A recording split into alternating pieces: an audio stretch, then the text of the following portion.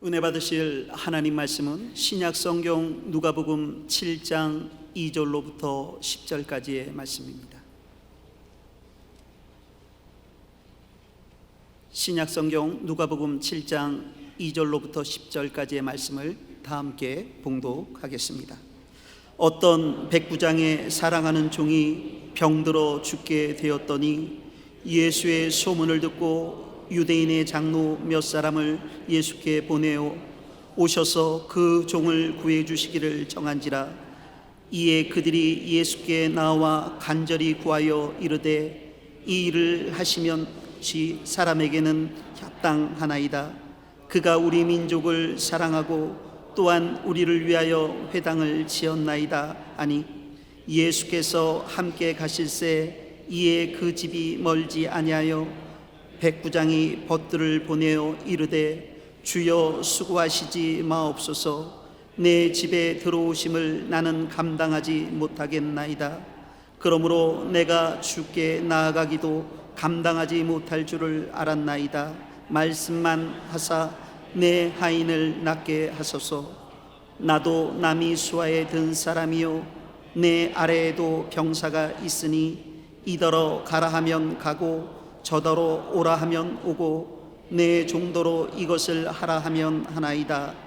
예수께서 들으시고 그를 놀랍게 여겨 돌이켜서 따르는 무리에게 이르시되 내가 너희에게 이르노니 이스라엘 중에서도 이만한 믿음은 만나보지 못하였노라 하시더라. 보내었던 사람들이 집으로 돌아가 보매 종이 이미 나아 있더라. 아멘. 오늘 이 말씀 누가복음 7장 2절로 10절의 말씀을 가지고 존귀히 여기는 마음이와 같은 제목으로 은혜를 나누고자 합니다. 존귀히 여기는 마음. 오늘 이 이야기는 로마 군인 백부장인 그 백부장이라고 이름은 안 나와 있습니다만 백부장, 로마 군인이었습니다. 로마 사람인 것 같습니다. 이 이스라엘에 주둔하는 가버나움이니까 이 갈릴리 호수, 이스라엘의 왜 위에 있는 게 이 감자같이 생긴 게 갈릴리 호수, 그 밑에 이제 그 고구마 같이 생긴 게 사해입니다. 근데 이 갈릴리 쪽에는 그 옆에 있는 가이사랴의 로마 군들이 주둔하고 있어서 아마 이 로마 백부장이 이 가버나움 쪽과 연결이 되어 있던 것 같습니다. 갈릴리 쪽은 예수님이 그쪽 동네에 계시기도 했습니다만 주로 예수님이 사역하신 동네인데 좀 가난했고, 예루살렘은 저 사해 쪽에 있으니까 예루살렘은 도시고, 그러나 아무래도 가버나움과 예루살렘은 차이가 있을 수밖에 없습니다. 교통이나 경제나 여러 가지로. 다만 이 로마 군인들이 가이사랴 쪽에 있으니까 여러모로 영향이 많이 있어서 그렇게 별로 좋은 인식은 아니었을 것 같습니다. 이스라엘 주둔군이었고, 또 이스라엘 주둔군이 있으면서 로마 사람들이 이 이스라엘 사람들에게 잘했을 것 같지는 않습니다. 그래서 여러모로 좀 간격이 껄끄럽고 그렇게 친밀하지는 않았는데, 오늘 이야기는 유대인 장로들이 나서서 이 백부장 이 로마 군인의 하인을 위해서 움직이는 모습, 예수님을 가서 초청해서 이 로마 백부장을 대신해서 예수님을 초청해서 그 로마 백부장의 집에 있는 문제를 해결하려고 하인이 죽어가고 있는 그 병을 예수님이 고쳐주시도록 초대하는 내용의 이야기가 들려져 있습니다. 이 로마 이 백부장의 하인이 아팠는데 이 사람이 가서 그 예수의 소문을 들었던 것 같습니다. 그래서 함께 친근하게, 이분은 어떻게 독특하게 이 가버나움에 뭐 여러 가지 많이 도움을 줬던 것 같아요. 그래서 그쪽 지역에 있는 지역 지도자들과 그래도 친밀한 관계를 이루고 있었던 독특한 사람이었습니다.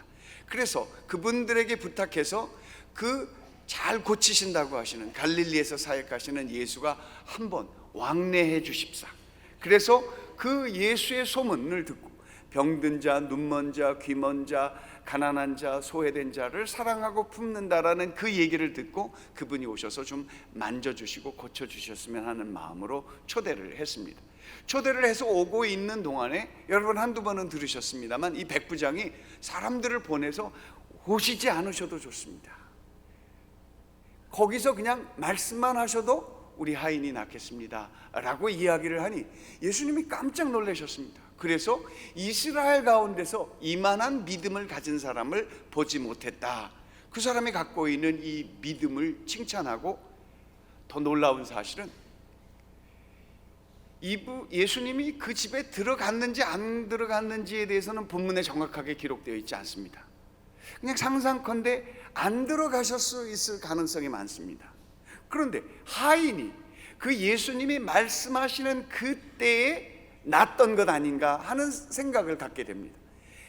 집에 돌아가 보았더니 예수님 안 오셔도 좋겠습니다, 말씀만 하셔도 좋겠습니다 라고 했는데, 돌아가 봤더니 그 하인이 낫다라는 거예요.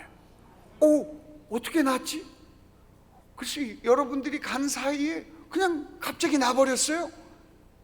이 상황을 생각할 때 예수님께서 그의 믿음을 보시고 이만한 믿음이 없다라는 이야기를 하실 때 아마 그 믿음에 따라 주님께서 원거리 치료를 하신 것이죠. 성경에 흔하지 않고 아마 유일한 것일 수 있겠습니다. 대개 예수님은 만나서 만지고 닿고 대화하고 그 현장에서 고치셨는데 예수님이 원거리 치료를 하셨다라는 거예요. 오늘 주님이 가까이 계셔만 우리의 손에 닿아야만 응답하시는 하나님이 아니라 우리의 믿음으로 주님을 만날 때 우리의 삶 가운데 주님이 고쳐주시는 역사가 나타날 줄 믿습니다. 오늘 이 말씀 속에서 어떻게 이런 예수님의 그 독특한 칭찬을 받았을까? 예수님이 그 주시는 원거리 그 놀라운 기적, 다른 유대인들에게서 발견할 수 없는 새로운 형태의 기적을 경험할 수 있었을까? 이 백부장이 가졌던 칭찬, 그가 경험했던 기적, 이 칭찬과 기적을 불러일으키는 그 비밀은 무엇인가를 우리가 한번 여기서 살펴보았으면 좋겠습니다. 저는 이 백부장에게서 먼저 발견하는 놀라운 사실이, 이 백부장이 갖고 있었던 그의 삶의 형태 속에서 그는 뭔가 존귀히 여기는, 그의 마음속에 존귀히 여기는 마음이 있었는데 그 존귀히 여기는 마음이 무엇이었을까 살펴볼 때 백부장은 사람을 존귀하게 여기는 사람이었다라고 어렵지 않게 판단할 수 있었습니다. 뭘 존귀하게 여긴다고요?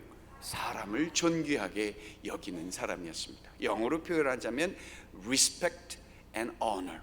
상대방의 그 이루어 놓은 업적, 상대방의 어떤 그 모습, 이런 것에만 따라 움직이지 않고 그 상대방을 존중히 여기는 것이죠.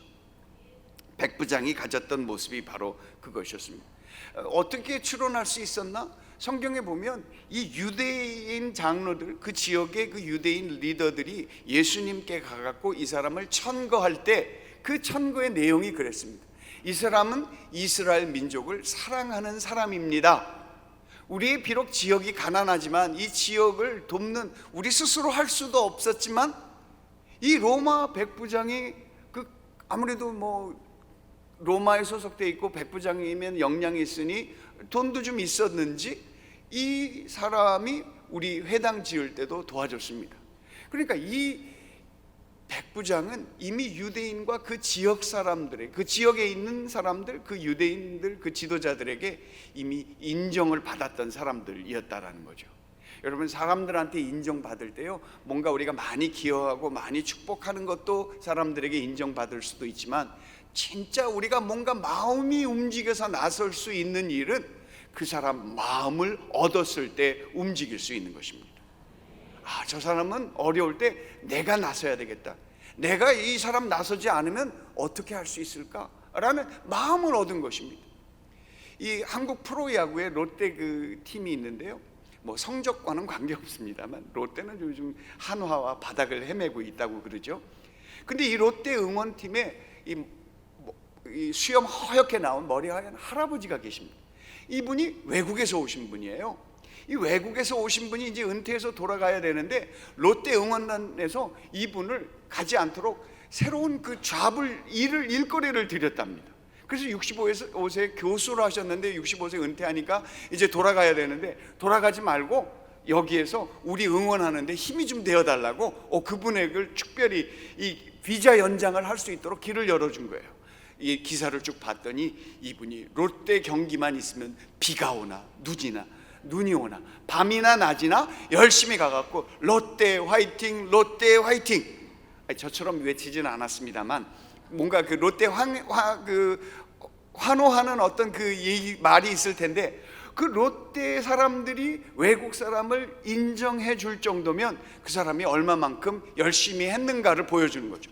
최근에 뭐 사고로 인해서 다쳤는데 그 병원에도 롯데 팀들이 가서 격려해주고 위로해줬다라는 이야기. 게다가 비자가 끝나서 돌아가야 된다고 할 때 안 가도 된다고, 우리에게 와서 일해달라고 할 정도면 그분이 인정받은 것 아닌가 하는 생각이죠. 여러분, 사람의 마음을 얻으면 내 삶이 직접 나서서 움직이게 된다는 거죠. 그러니까 백부장의 집에 어려움이 생기니까 유대인 장로들이 나서서 예수님을 초대하는 그 일들이 되었다라는 거예요. 내용을 쭉 살펴보시면 게다가 이 백부장의 식솔도 아니고 백부장의 하인이래요. 그 당시 로마 시대 때 하인은 사실 인간 취급을 못 받고 그냥 전쟁에서 지면 하인이 되고 종이 되어지는 거예요. 앞부분에는 종이라고 그랬는데요, 뒷부분에는 하인이라고 기록되어 있습니다. 종이 됐든 하인이 됐든 어쨌든 자신들의 뭐 주민등록이나 이런 거 없어요. 그냥 허드렛 일만 하가 일하다가 죽는 것, 그런 것이 하인이고 종이었던 그 당시 생각해 보면 이 백부장은 특별히 사람을 존귀히 여기는 모습이 막 이렇게 풀풀풀 느껴진다라는 거죠. 존귀히 여기는 사람, 뭘 존귀히 여기냐? 사람을 존귀히 여겼다라는 거예요. 일하는 것, 업적이나 어떤 사건, 어떤 명예, 이름을 드러내는 이런 것에 그들이 마음이 뺏긴 것이 아니라 사람을 마음을 얻을 수 있도록 사람을 존귀히 여기는 것이었다라는 것이죠. 이 얘기를 하면서 생각이 났던 것이 예수님 역시 참 그런 그 사람을 존귀히 여기는 분이셨는데요, 예수님은 그 명에 따라서 움직이지 않았고 권한 따라서 움직이지 않고 또 뭐 자기에게 원하는 그 육신의 정욕, 안목의 정욕, 이생의 짱 따라 움직이지 아니하시고 예수님은 늘 하나님의 말씀에 움직였던 분이었는데요, 한 번은 그 어느 집에서 이제 식사를 하고 있는데 한 여인이 들어와서 예수님에게 향유를 붓는 것이었습니다. 향유를 붓는데 그 향유가 얼마나 귀하고 아름다운 것이었는지 그 주변의 사람들이 깜짝 놀랐다는 거. 아니, 저 비싼 향유를. 그래서 이제 자료를 좀 찾아봤더니 그 비싼 향유가 1년치 월급에 해당되는 그런 거라는 거예요. 그냥 한번 씩 뿌리고 이렇게 되는 향유가 아니라 정말 존귀한 향이었다는 거. 그거를 아낌없이, 어떻게? 아낌없이 부었다라는 거예요. 아니, 조금씩 부어도 괜찮을 텐데 다 붓는 거예요. 생각해도 여러분 그 좀 비싼 그 화장품 할 때요, 이렇게 탁탁 쳐서 씁니까? 아니면 이렇게 솔솔솔 해서 뺐습니까? 그 여자분이 그래요. 친구가 화장품 없다고 이렇게 빌려줬는데 화장품을 탁탁 쳐서, 그게 기능성 화장품이었대잖아요. 기능성 화장품은 비싸다 싸다? 비싸다. 근데 마치 그런 것처럼 귀한 이 향료를 예수님께 그걸 쭉 다 부으니까 바닥에도 흘러가고 막 허비하고 낭비되는 느낌이 막 느껴지는 거예요. 그래갖고 옆에서 막 손가락 하면서 왈왈왈왈 어쨌다 저쨌다 비싸다 싸다 뭐 했을 수도 있다 여러 가지 말을 할 때 예수님께서 아무 대답하지 않으시고 이 여인은 그 마음을 읽은 거죠. 이 여인은 내가 그녀의 그 삶의 모습이 어려웠을 때, 힘들었을 때, 바닥에 이르렀을 때, 아무도 그녀를 쳐다보지 않았을 때, 아마 현장에다가 간음하다가 잡힌 여인이었을까? 아무도 용서해 주지 않았는데 이분만 용서해 주셨어요. 12년 오래 병을 앓다가 이분이 나한테 고쳐주셨어요. 여기저기 병원 다녀봤는데 다 내 돈이나 받지 뭐 아무도 고쳐주지 않았는데 이분이 나를 고쳐주셨어요. 허름했고 아무도 돌보지 않았지만 이분이 나를 돌봐주셨고 나를 알아주셨어. 아무도 나랑 대화하지 않지만 이분만 그 뜨거운 태양볕 밑에 나와 오래 대화하면서, 그러니까 그 마음을 얻었던 같이 오랜 땡볕 밑에서 오래 대화하는 것을 통해서 그 여인의 마음을 얻었어요. 어떤 여인이 됐던 이 여인의 모습은 이름은 안 나와 있지만 그 향유를 부었던 그 여인의 마음은 예수님께 내 생명, 이 향유뿐만 아니라 이 기름뿐만 아니라 내 생명을 줘도 아깝지 않다, 그런 마음으로 볶고 있을 때 예수님께서 그 여인을 보신 것이죠. 그래서 그 여인에게 주님께서 내 죄사함을 받았느니라 그렇게 말씀해 주셨어요. 사람들은 그 평가하는 가치가 뭘 잘했느니, 뭘 이루었느니, 얼마나 유명세가 나타났느니, 이런 부분에 초점을 맞추는 것에 반해서 예수님은 그 사람의 마음을 얻으셨다라는 거예요. 마음을 얻었으니 집안의 향유, 자신의 인생을 다해서 바치고, 예수님이 십자가의 밑에 죽으실 때 그 주변에 제자들 다 도망가고 없고, 그 유명세, 그 업적, 그 사건, 우리가 주를 위해서 죽겠다 살겠다 했던 사람들 아무도 없고 누가 남아있어요? 예수님의 마음을 얻었다, 예수님이 그 마음을 알아주셨던 그분들이 와서 예수님의 십자가를 같이 졌다라는 사실을 우리가 살펴볼 필요가 있습니다. 또한 이 백부장 속에서 사람을 존귀히 여기는 것이었다면 또 하나의 모습을 발견할 수 있는 것은 그에게 겸손한 모습이 있었다, 겸손한 마음이 있었음을 볼 수 있게 됩니다. 예수님께서 다가오실 때 이분의 마음속에 이 귀한 예수님, 소문을 들었으니까 알았을 거 아니에요. 이분이 어떤 분이시다. 좀 더 소문을 더 들었다면 이분이 하나님의 아들이신데도 친히 이 땅에 오셨다, 이분이 어떻게 그 부분에 대해서 신앙적 지식을 갖고 있었는지는 모르겠지만 예수님이 그런 분이시다라는 마음속의 생각을 갖고 초대했던 거 아닙니까? 우리를, 이 하인을 고치실 분은 그분밖에 없다라고 해서 그분을 초대해서 오는데, 아마 그게 백부장이 했던 건지 아니면 유대인 장로들이 백부장을 돕기 위해서 움직였던지, 예수님이 오고 있다라는 사실을 듣고 백부장이 뭐라고 반응했냐면, 우리 집에 오시지 않아주셔도 됩니다. 일이 많으시고 또 해야 할 일이 많은데, 또 혹시 괜히 로마인 집에 왔다가 이분이 또 어려움 당하시면 어떨까 하는 그 배려의 마음을 가지고 오시지 않아도 된다, 말씀만 하셔도 된다. 그러니까 이 백부장은 예수님께 권위를 부여했습니다. 예수님을 존중했고 존중하는 만큼 그를 높여드렸습니다. 그냥 쉽게 대하지 않았죠. 그냥 어떻게 하든지 이분이 나에게 유익을 줄 뿐이고, 이분이 통해서 놀라운 하나님의 능력이 나타날 것을 마음속에 기대했으니 그 나에게 유익을 주는 분을 높일 수 있었다라는 거예요. 우리에게 유익을 줄 수 있는 사람이 어떤 사람인가를 잘 분별해야 됩니다. 나한테 이 사람이 유익을 줄 수 있는 사람인지, 나에게 어떤 그 유익과 어떤 그 복을 줄 수 있는 사람인지를 잘 분별해야 오늘 칭찬과 기적을 경험한다니까. 내가 사람을 잘 분별하여 나에게 유익을 줄 사람인가를 판단할 수 있다면, 존중하고 높여주면 유익이 내게 올 수 있는 것이죠. 우리 성도님들을 위해서 우리 교육자들이 열심히 기도하고 있습니다. 우리 교육자들을 통해서 하나님의 은혜가 여러분들에게 흘러갈 수 있다면 1교구, 2교구, 3교구, 4교구, 교회학교, 그렇게 교육자들을 통해서 하나님의 말씀이 예배 때마다 흘러나올 수 있으면 우리한테 복이 될까요, 안 될까요? 하나님의 말씀이 내게 다가오면 복이 되는 것입니다. 그런데 내가 이렇게 사람을 살펴보면서, 야, 이 사람이 나한테 유익이 될까? 이 사람은 유익이 좀 될까 안 될까?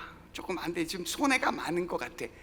그럼 쳐버리고 유익이 되는 사람한테만 가갖고 할렐루야 할렐루야. 유익이 좀 안 되는 것 같아. 아니야. 그렇게 해서 나한테 유익이 되는 데만 이렇게 찾아간다면 이게 놓칠 수도 있는 가능성이 있는 것이죠. 내게 정말 유익이 줄 수 있느냐 없느냐를 내가 판단하면 늘 나의 주는 유익은 내 한계, 내 지경 가운데만 정해져 있고 머물러 있어요. 내 생각, 내 구하는 것 이상으로 넘치는 놀라운 축복을 얻을 수 없는 것이죠. 성경을 쭉 읽어보면 고난은 내게 유익이라, 내 삶의 어려움을 통해서 내 삶에 더 깨달음을 얻고 내 삶에 하나님의 축복을 얻는 거라면, 꼭 내가 생각하고 내가 판단하고 내가 선별해서 얻는 유익만 얻는다면 우리는 아마 편식증에 걸릴 수도 있다는 거죠. 아닌 게 아니라 최근에 기사를 봤더니 어린아이가 고구마 그 칩스하고 이 슬라이스 된 거 그것만 먹고 살았대요. 그랬더니 눈이 멀고 귀가 멀었답니다. 신문 기사에서 봤어요. 어느 어머니가 독일에서 아이한테 채식만 먹였답니다. 채식이 또 몸에 좋으니까 애들한테 채식만 먹였더니 애가 영양실조로 걸려갖고 경찰에 그 부모가 잡혀갔답니다. 그러니까 내가 유익한 거 분별해서만 그것만 이렇게 추려 먹으면 그걸 우리가 뭐라고 그래요? 편식한다고 그러잖아요. 우리가 분별해서 내 것을 받아들이는 것이 아니라, 그러니까 겸손은 오히려 삶의 태도인 것 같습니다. 내가 정말 겸손해질 수 있다는 것은 낮아지는 것인데요, 이 사람이 내게 유익을 줄지 내게 유익을 안 줄지 그거 묻지 않고 그거 따지지 않고 그냥 사람을 대하는 태도가 겸손한 것입니다. 왜 그 유명한 그 논어라는 책에 보면 3인 3사람이 걸어가면 거기에 잘난 사람도 내게 교사가 되고 못난 사람도 내게 반면 교사가 되니 3사람이 걸어가면 반드시 내게 스승이 있다라고 이야기를 하는 것이잖아요. 그러니 겸손은 분별력이 아니라 겸손은 사람을 대하는 태도가 아닐까 생각하게 되는 것이죠. 말하자면 그 일을 통해서 예수님께 권위를 드린 것처럼 그 존재 자체를 인정하는 것입니다. 그것이 겸손인 것입니다. 상대방을 있는 그대로 인정하는 것입니다. 이 예수님은 높은 사람 낮은 사람 이거에 구애받지 않았습니다. 누군가 나의 필요를 필요하는 사람이 있다면, 누군가 나를 부르는 사람이 있다면, 누군가 나에게 닿고자 하는 사람이 있다면, 누군가 나를 통해서 삶의 자유함을 얻고자 하는 사람이 있다면, 누군가 나를 통해서 아버지를 아는 진리를 얻는 그런 사람이 있는 곳에는 예수님께서 빠짐없이 찾아가셨다라는 거예요. 뭔가 야이로의 그 회당장에 그 딸을 고치기 위해서 가다가 혈루증 앓던 여인을 만나서 지금 바빠, 혈루증이고 뭐고 내가 지금 야이로 회당장에 그 얼마나 중요한 모임이고 얼마나 무게 있는 미팅이겠습니까? 거기를 가야 되는데 혈루증 앓던 여인이 다가오니까 예수님이 그 여인과 앉아서 대화를 나누는 거예요. 네가 어떻게 이렇게 됐느냐? 제가 12년이나 뭐 이래저래 얘기를 하니까 이 여인이 그 대화 속에서 옷자락에 손댔으면 낫습니다. 너 이름이 뭐냐? 이랬습니다, 저랬습니다. 얘기를 듣고 그 옆에 있는 제자들이 얼마나 마음이 급해요. 그 성경 보면 제자들이 재촉해서 어여가십시다 그래. 누가 닿기는 누가 이렇게 많은 사람이 닿는데 누구를 찾으십니까? 어여가서 야이로 회당장 기다리고 있다니까요.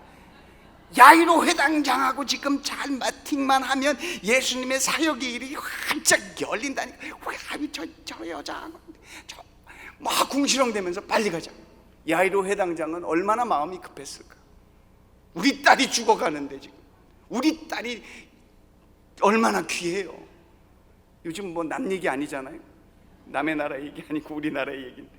내 딸 귀한지 알지 남의 자식 귀한지 모르잖아. 그런 와중 속에서도 예수님은 이 여인을 만나서 그 여인을 고쳐주시고 내 믿음이 너를 구원하였다 다 확인하시고 그녀의 마음을 얻고 그냥 가셔도 되는데 났으니까 됐다 그냥 가셔도 되는데 내 이름이 뭐니? 어떻게 된 것이니? 그렇구나, 네가 믿음으로 왔구나, 잘했다. 그러면서 내 믿음이 너를 구원하였다. 그리고 야이로의 집에 가서 또 하실 일 다 하셨어요. 예수님 늦게 오신다고 구박하시지 마시기 바랍니다. 빨리빨리 안 온다고 힘들어하시지 마시기 바랍니다. 기다림을 통해서 하나님의 더 큰 은혜가 나타날 수 있습니다. 그것이 지난번에 했던 나사로의 집에서도 이 얘기입니다. 내가 믿으면 하나님의 영광을 보리라. 그것이 바로 믿음의 역사였던 것이죠. 오늘 이 백부장의 모습은 그 겸손한 마음이 결국 칭찬과 놀라운 기적을 불러들이는 그런 비밀이 되었던 것이죠. 겸손은 곧 그의 삶의 태도였던 것이죠. 사람 가리지 않고 높은 것이나 낮은 사람이나 제 왼쪽에 있으나 오른쪽에 있으나 그것 구하지 않고 내가 원하고 내 선호도에 따라서 움직이지 않고 청국장을 좋아하는 사람 가서도 같이 먹고 스파게티 좋아하는 사람도 같이 가서 먹고 묵 좋아하는 사람도 같이 가서 먹고 국수 좋아하는 사람도 같이 가서 먹을 수 있는 것, 그것은 음식이 중요한 것이 아니라 그 사람을 대하는 삶의 태도, 네가 나와 함께 있는 것, 그것이 중요해. 내가 너와 함께 하는 것, 그것이면 족하지 않겠어? 라는 그 주님의 마음을 이미 헤아리고 있는 것처럼 이 백부장이 움직이고 있었다라는 사실. 그러니 예수님은 깜짝 놀랐죠. 유대인 가운데 예수님이 가는 곳마다 얼마나 개밥에 그 콩 이렇게 밀어내듯이, 개밥에 콩? 뭐죠? 그거 갑자기 생각이 나서 그거 밀어내듯이 그것만 골라내고 먹는다는 거예요. 예수님이 다니는 곳마다 그렇게 구박받고 또 멸시받고 그랬는데 상대적으로 이렇게 존귀하게 여김을 받고 또 권위를 부여해서 당신이 너무 중요한 분이십니다. 그냥 말씀만 하셔도 여기 로마의 군이니까 우리도 명령체계 그 시스템, 게다가요 이 사람은 하나님 나라의 시스템도 이해하는 것 같아요. 로마 사람이 신학을 알았을까 신앙을 알았을까 잘 몰랐을 거예요. 그랬는데 하늘나라 시스템을 마치 알고 있는 것처럼 얘기하는 거예요. 말씀이 세상을 창조하셨다. 이 말씀이 하나님과 함께 계셨으니 이 말씀이 곧 예수 그리스도시다. 이 사실을 백부장은 마치 알고 있는 것처럼 그에게 권위를 부여해서 하나님의 능력을 얻게 되었다라는 거예요. 지나간 이야기지만 조영기 목사님이 우리들 어떻게 보면 그냥 하찮게 살아갈 수밖에 없는 우리들이었지만 조영기 목사님이 한 번 한 번 그 대조동에서 걷어주시고 또 서대문에 와서 걷어주시고 여의도에서 걷어주셔서 우리 옛 모습대로 하자면 정말 과간이 아닐 수도 있는 저와 여러분을 마치 아닌 듯한 표정을 짓고 계신데, 조 목사님이 아니셨으면 우리가 어디서 구원을 받았을까 이런 생각도 들 정도로 챙겨주셔서, 성경으로 얘기하자면 오네시모와 같았던 이 종인데 별로 주인에게 도움이 안 돼서 도망갔으나 사도 바울을 감옥에서 만나면서 변하여 새 사람 되어서 오히려 이제는 빌레몬을 위해서 충성할 수 있는 새로운 변화된 일꾼으로 만들어진 것처럼 조영기 목사님이 그렇게 이 사람 저 사람 가리지 않는 품어주시는 사랑으로 이 큰 교회가 이루어지게 된 것 같습니다. 그 사이에 이런 사람 저런 사람 있었겠지요. 그럼에도 불구하고 조 목사님 다 품어주시고 지금도 다 품어주시고 사랑하시는 그 사랑에 하나님의 그 은혜가 있는 줄 믿습니다. 그 겸손함과 사람을 존귀히 여기는 그 모습이 결국 그에게 기적과 능력을 갖고 오게 되었던 것 아닌가 하는 것이죠. 사람을 존귀히 여기는 것, 그걸 공감이라고도 얘기합니다. 대한민국 교회에서 잘 못하는 것 중에 하나가, 교회에서 잘 못하는 것 중에 하나가 공감인 것입니다. 잘 못하는 것 중에 하나가 경청인 것입니다. 잘 듣지 않습니다. 대화를 할 때요, 두 사람이 대화하잖아요. 한 사람은 말하는 사람이고 또 한 사람은 뭐 하는 사람이게요? 근데 안 듣고 한 사람은 말하는 사람이면 또 한 사람은 말하려고 준비하는 사람이랍니다. 그러니 뭐예요? 듣는 사람 아무도 없다는 거예요. 서로 내 얘기하기 바쁘지 저 사람이 어떤 마음의 아픔이 있고 저 사람이 어떤 삶의 역사가 있는지 들으려고 하지 않으니 서로 내 말 하다가, 지금 저희 얘기하는 게 아니고요, 저 국회 여의도 서로 얘기 안 듣는 것입니다. 그러니 서로의 얘기가 틀린 바는 아니지만 어디서 만나지 못하는 것이라 보는 것이죠. 사랑하는 여러분, 이런 공감과 경청, 사람을 귀하게 여기는 것, 그리고 상대방을 겸손해서 상대방을 있는 그대로 인정해주는 그런 겸손함, 이게 하나님의 기적을 가져온 것인 줄 믿습니다.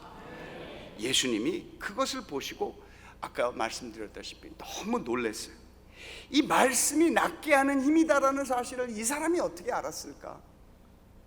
예수님이 직접 손대지 않고 가지 않아도 말씀으로 태초에 천지를 창조하시고 지금도 말씀으로 하나님의 능력이 나를 통해서 나타나고 나를 볼 때, 이 말씀을 볼 때 하나님이 나와 함께 하시고 계시다라는 것을 백부장이 어떻게 알았을까 싶은 거죠. 예수님이 그게 놀랐던 거예요.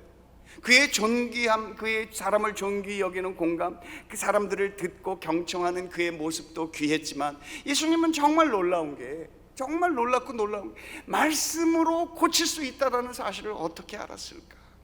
예수님은 이 말씀이 하나님이시고 이 말씀이 예수님이시고 말씀이 육신이 되어 이 땅 가운데 사람들에게 빛을 비추시기 위해서 오셨는데, 이 말씀을 존귀히 여기는 모습이 이 유대 사람들은 아무도 없고, 유대 사람들은 하나님의 선택을 받은 백성들인데 이 유대인들은 말씀을 귀하게 여기지 않으니 예수님도 귀하게 여기지 않고 하나님도 존귀히 여기지 않고, 나름대로는 신앙을 열심히 한다고는 하지만 하나님 개의치 않고 예수님 무시하고 하나님의 말씀 들은 척 만척 경청하지 않고 그냥 내 생각 내 마음대로 살아갔던 유대인들을 잔뜩 보면서 자신을 존귀하게 여겨서 오시지 않아도 됩니다, 분주하시고 일이 많으신데 그저 말씀만 하옵소서. 예수님은 거기에 감동을 받으셨습니다. 마가복음에 보면 10장에 보면 바디메오라는 그 거지였겠죠. 장님이고 구걸하는 사람이었습니다. 이 구걸하는 이 장님이 예수님이 집 나간다는 소식을 듣고 그가 소리 질렀습니다. 다윗의 자손 예수여, 예수야 불렀어요. 그때 이제 지나가는 사람들이 시끄럽다고 그만 떠들라고. 이들은 뭔가 자기네들이 예수님과 함께 무엇인가 하는 것이 너무 중요해요. 그렇지만 예수님은 그 예수를 부르는 그 바디메오의 마음의 소리를 들으신 거죠. 그래서 예수님이 가실 때 조용히 하라고 하니까 바디메오가 뭐라고 외쳤느냐면 다윗의 자손 예수요. 이 눈먼 사람이 책을 읽었겠어요? 어디 회당을 갔겠어요? 들은 풍월에 예수가 다윗의 자손이래. 다윗이 누군지도 몰랐을 것 같아요. 자손이 어떤 의미를 지니는지도 몰랐을 것 같아요. 그런데 들었지만 믿음은 어디서 난다? 들음에서 나고, 들음은 하나님의 말씀이라고 하니 이 말씀을 갖고 바디메오가 다윗의 자손 예수요, 그 마음의 외침이 그 언어를 통해서 예수님께 땅 하고 그 마음을 울리신 것입니다. 공감이 된 것입니다. 주파수가 맞은 것입니다. 그랬더니 그 제자들을 물리치고 누군가 나를 부른다 갔더니 바디메오, 내가 너에게 무엇하게 해주기를 원하는? 눈 보기를 원합니다. 내 믿음대로 될지어다. 그래서 그가 눈을 열고 눈을 뜨고 예수를 따라 쫓았다라고 말씀하고 있습니다. 그러니 하다못해 그런 장님조차도 다윗의 자손 예수요, 자기가 뭔 얘기를 하고 있는지는 모르지만 그래도 그 말을 고백하고 있고 그 믿음대로 예수를 불렀다라는 사실에 주님의 감동이 있었다라는 거예요. 그런데 유대인들, 배우고 학식이 있고 그렇게 교육도 받았고 역사도 있었던 그들은 예수 그리스도가 왔으나 그에게 귀 기울이지 않았다. 그를 존귀히 여기지 않았다. 그를 영접하지 않았다. 빛이 어두움 가운데 임하였으니 어두움이 이기지를 못해야 되는데 이 어두움이 그들의 그 마음속에 편벽과 편견과 판단과 오만과 교만이 가득해서 예수를 물리치고 말씀을 물리치고 칭찬을 물리치고 심지어는 기적까지 물리치는 그런 어리석은 일을 경험했으니 예수님이 상대적으로 이 백부장을 향하여 칭찬하고 기적을 베푼 것은 참으로 놀라운 역사가 아닐 수 없습니다. 말씀을 마무리하겠습니다. 예수님은 그를 칭찬할 때 이렇게 칭찬하셨습니다. 이스라엘 중에서 이런 믿음을 가진 자가 없었다. 저는 오늘 우리 새성북 성전 우리 성도 여러분들이 이 교회에서, 이 대한민국 교회에서 이만한 믿음을 가진 교회를 보지 못했다. 이 새성북 우리 교회가 그런 하나님이 기뻐하시는, 하나님이 칭찬하는 성도들로 가득 찬 교회가 되기를 축원합니다. 또한 이들이 돌아가 보매 종이 이미 나았다라고 이야기하고 있습니다. 주님이 우리를 보시고 아시고 우리의 마음속의 소원을 아랠 때 주님께서 들으시는 줄 믿습니다. 우리의 삶 가운데 성령으로 찾아오셔서 우리의 삶의 피로를 아시고 우리의 어려움을 헤아려 주시고 마음속에 묵혀졌던 그 12년의 오랜 병, 그게 12년만이겠어요? 38년 동안 있었던 그렇게 무력하고 초라했던 그의 삶 가운데 찾아와서 기적을 베푸셨던 예수님, 그런 공간을 초월하는 기적을 경험하시는 여러분들 되시기를 소망합니다. 사람이 중요합니다. 겸손해야 합니다. 하나님의 말씀에 대한 믿음으로 살아갈 때 주님의 칭찬과 기적을 경험하는 저희들 되어질 줄 믿습니다.